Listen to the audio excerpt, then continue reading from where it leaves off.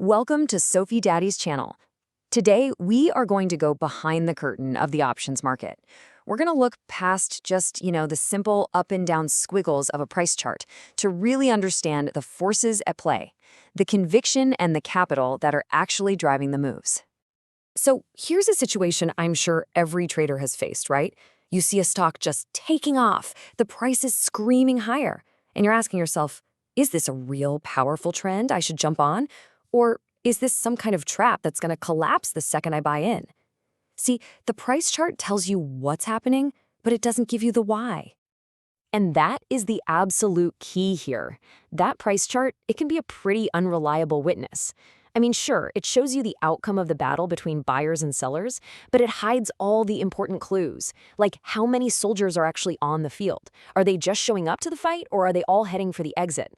To get that real story, we've got to put on our detective hats. Okay, so to solve this mystery, every good detective needs their tools. And luckily, the market gives us two really powerful ones, volume and open interest. Now, they sound kind of similar. And trust me, people get them mixed up all the time. But they measure totally different things. And understanding that difference, that's our first step to cracking this case. All right, first up, let's talk about volume. The easiest way to think about it is like the market's pulse. It's just measuring how much activity, how much excitement is happening right now. It's all about the intensity of the moment. If 100 contracts get traded, the volume is 100. Super simple. And just like taking your pulse, it's a snapshot in time. Every single morning, that counter resets right back to zero. Okay, now for our second piece of evidence, and this one is arguably even more important. It's called open interest, or just OI for short. So if volume is the pulse, think of open interest as the market's total population. It's not about what happened today. It's the grand total, the cumulative number of all contracts that are still open and active.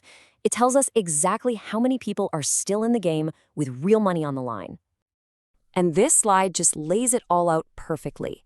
You've got volume on one side, that's the pulse, the activity. It's like a sprint, measuring all that frantic, real-time action, and then it resets every day.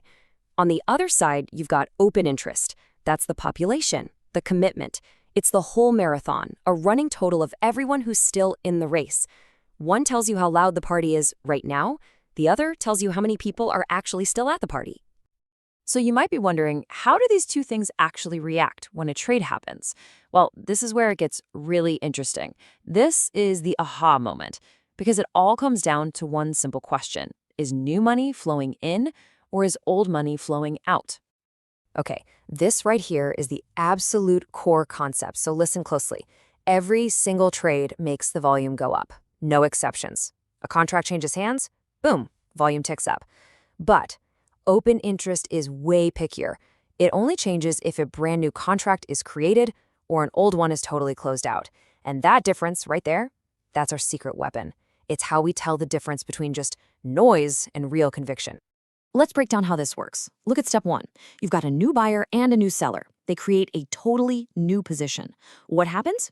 Volume goes up and open interest goes up. This is huge. It means new money is coming into the market. Now, step two. An existing buyer sells to an existing seller to close out their positions. An old contract is basically destroyed. Volume still goes up because a trade happened. But look, open interest goes down. That's money leaving the market. And finally, step three. An existing trader just passes their position to a new trader. They're just swapping seats. Volume goes up, but because nothing new is created or destroyed, open interest doesn't change at all. And this is exactly why just looking at volume by itself can be so misleading. It's a classic rookie mistake. You see this huge spike in volume and you think, wow, everybody's piling in. But really, like this quote says, that huge volume spike could just be everyone running for the exits at the same time. The party's over. It's only the open interest data that reveals the real story behind all that activity. Okay, so we've got our tools, we get how they work. Now for the fun part. Let's put it all together and start diagnosing the market's health. When we combine price, volume, and open interest, we get 4 key scenarios that tell us pretty much everything we need to know about conviction. Think of this table as our cheat sheet. It's like the Rosetta Stone for reading the market's true intentions. Let's go through each one because this is where all that theory turns into a seriously practical strategy.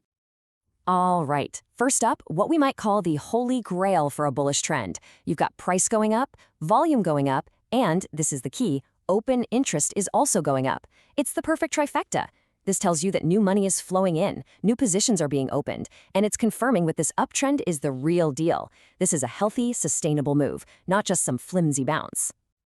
And, of course, the exact opposite is true for a strong downtrend. The price is falling, volume is picking up, and look, open interest is rising again.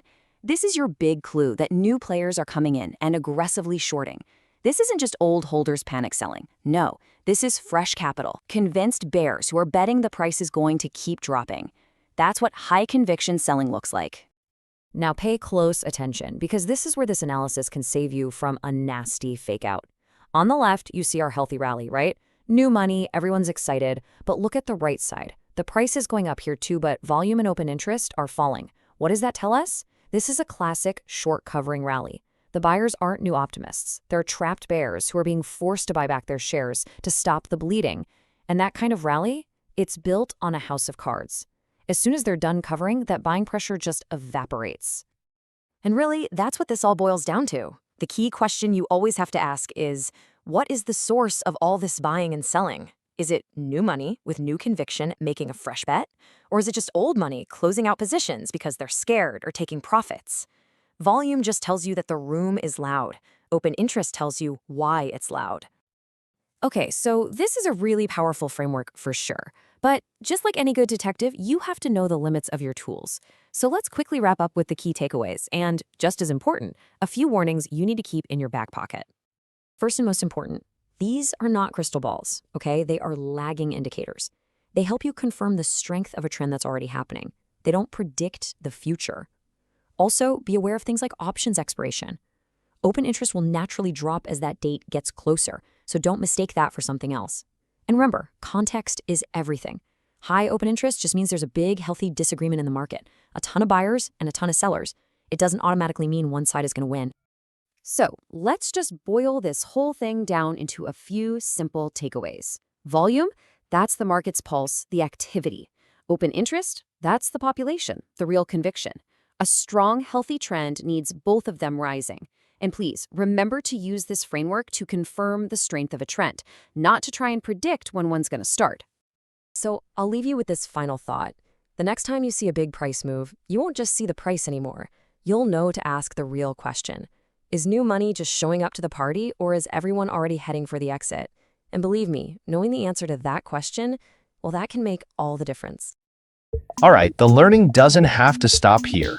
If you want to explore even more, I've built the perfect place for you at sophie-ai-finance.com to unlock a new way of learning. Think of it as your personal learning toolkit. If you just want the big picture, you can watch the video or listen to the podcast. It's perfect for getting the main concepts down while you're on the go. But if sometimes you need to hit the pause button and really let an idea sink in, you can visit the blog article. It has all the details, charts, and text from our discussion so you can review everything at your own pace. And for those of you who want to see all the math, data, and the complete nitty-gritty behind the analysis, well, I've got a full research paper waiting for you, so you can really dig into the details and see how everything works under the hood. It's all there, all for you. And hey, if you have any ideas for new topics about finance and AI you'd like me to cover, please leave me a message. Thanks for tuning in, and I'll see you in the next video.